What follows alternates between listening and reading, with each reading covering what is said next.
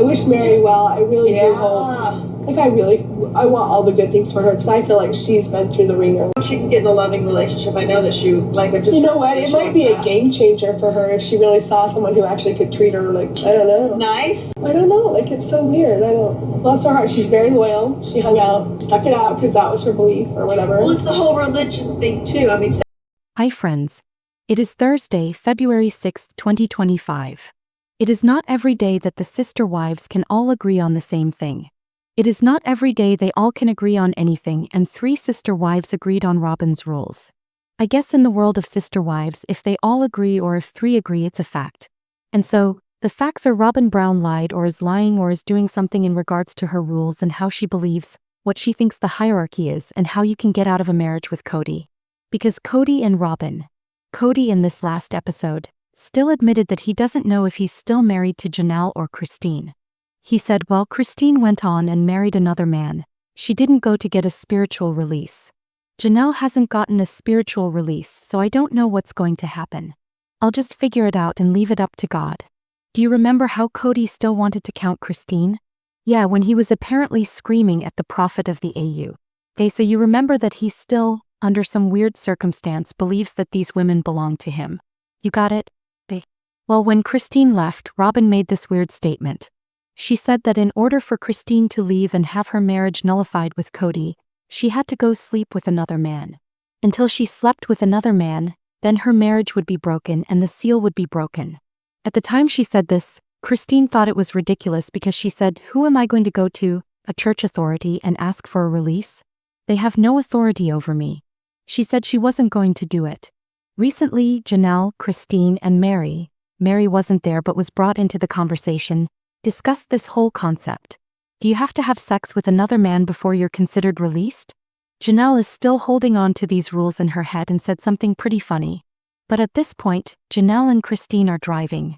They're on their way to North Carolina. And Janelle can't say whether or not she's still married to Kody, and she isn't really sure. That's when Christine brings up the story. Check it out. Until you have sex with the next guy. I'm sorry, Robyn said in the church we used to belong to, they teach that you're not divorced until you basically have sex with the next guy. Skip it all, go have sex with somebody, then that marriage is over. You can move on. You know, that's the dumbest thing I've ever heard.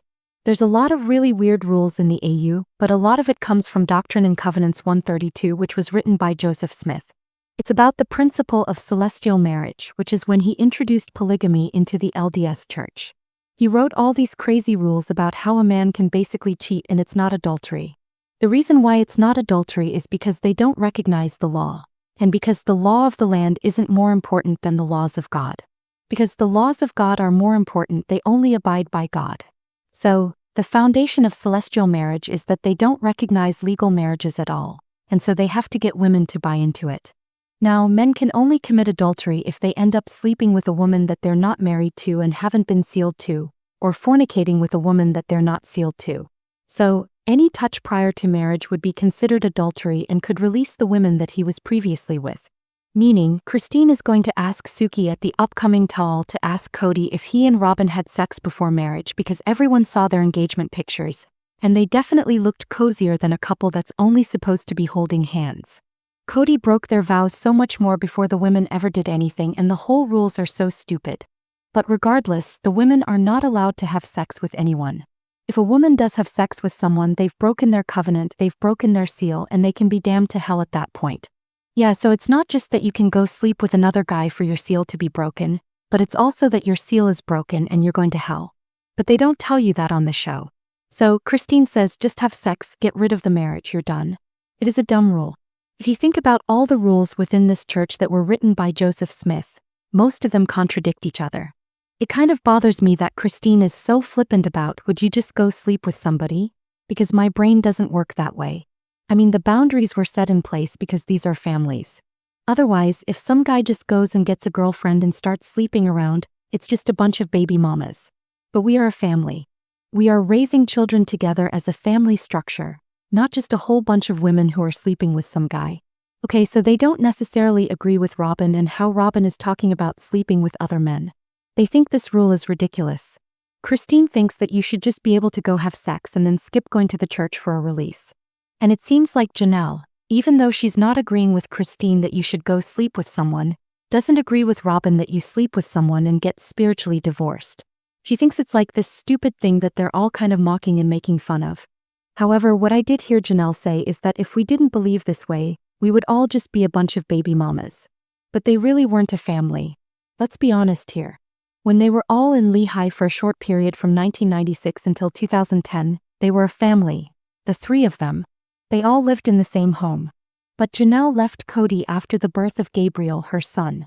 She left Kody after she had 5 kids, moved, went to school, and was a single mom living in a different city. She ended up buying a house in 2002 or 2003.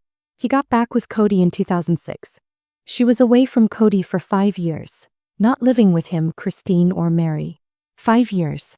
She went to school, got her degree, bought a house, and was doing her own thing. Then suddenly Kody roped her back in. Kody was going bankrupt, needed money, and somehow convinced her that if they got this house in Utah, everything would be great again. He went back to Kody. She and Kody were apart for 5 years, yet they act like this split wasn't long. If you can leave a man, complete a college degree, and buy a house, that's a long time to be separated.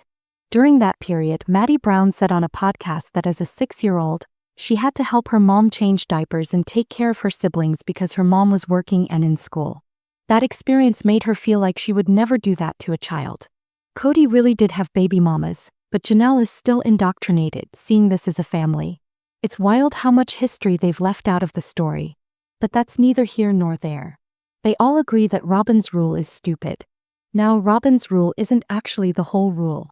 Meri has recently obtained a release, which is essentially a divorce. This made me think about the idea of getting a spiritual release, but I honestly have no idea who to call. Meri explains it best, providing the accurate truth, which also proves that Robyn is lying. According to Doctrine and Covenants, if a woman engages in sexual relations outside of marriage while still being involved with a man and supposedly in a committed union, the contract and the seal are nullified. For Robyn to impose this on Christine, Janelle, and Meri was simply a tactic to control them. She wanted to maintain the illusion that they weren't truly gone, keeping control over them, their money, their bank accounts, and their funds, making them continue working with and for her. Now, I want to go on a bit of a rant. While Robyn Brown may be an indoctrinated victim of a cult, she is also calculated, methodical, vindictive, and cruel. It's evident what she did to this family in terms of siphoning money. She used manipulation and sex to gain favor with Kody, feeding his ego and giving him whatever he wanted sexually. Through this, she meticulously positioned herself as the top wife. Once Robyn achieved the top position, she became the shot caller, similar to Ghislaine Maxwell in relation to Jeffrey Epstein. She was the one organizing everything and reaping financial benefits. If she had her way, she would likely bring in new women just to maintain control over them all. Robyn entered the situation for financial gain, essentially prostituting herself to reach the top. Once Kody realized what Robyn had done, he embraced it, seeing her as his Bonnie to his Clyde. Robyn played the same submissive act, making Kody believe he had significant control over her. To a degree, he does, as she allows him to play the patriarch, making her bow down to him and listen. However, she had much more flexibility regarding access to money. One major issue they never address on the show is the family business account. As the women prepared to leave, it was discovered that Robyn had been accessing this account and using it as her personal bank account. She justified this because she was Kody's legal wife, meaning she saw his assets as hers. Even though Kody had her sign documents ensuring that the other wives didn't own property, she still viewed the family's business finances as funds she could freely spend. The expectation was that any money earned would go to her and Kody, leaving them to decide how it would be distributed. Because she is his legal wife, she held more rank than the others. Whenever Christine, Janelle, or Meri raised concerns about money, Robyn would threaten Kody with divorce, warning him that if he left, she would take everything he had. Kody had already seen her do this to her ex-husband, Preston, alienating the children, getting Kody to adopt them, and financially ruining him. Despite having seen this before, Kody failed to recognize that Robyn was doing the same thing to him. Robyn was always after the money and remains after the money, though she now pretends otherwise. If this were any other reality show, there would be significant pushback from production and media coverage exposing the theft. However, in this case, Robyn has been given unwarranted grace. If this were any other reality television situation, Robyn would be called out for expecting Janelle to pay for her house and using Janelle's money. Robyn's excuse? She gave it to me. But was there an agreement for something in return? It mirrors her attempt to control the other women through arbitrary rules, making them believe she still holds power as the head wife. Her obsession with getting Janelle and Meri back revolves around money. Janelle wonders how to get a release. Well, just call Meri. Meri successfully got her release, so that would be a good place to start. All of them, Christine, Janelle, and Meri, agree that Robyn's claim about needing to sleep with someone else for release is completely fabricated. It makes no sense, is a lie, and is utterly ridiculous. Christine has held back on attacking them lately, even acknowledging her trauma from living in Flagstaff and being married to Kody. She admitted to having nightmares about still being married to him, waking up scared because she couldn't find her husband. If you have nightmares about a relationship, it indicates trauma and signals an abusive situation.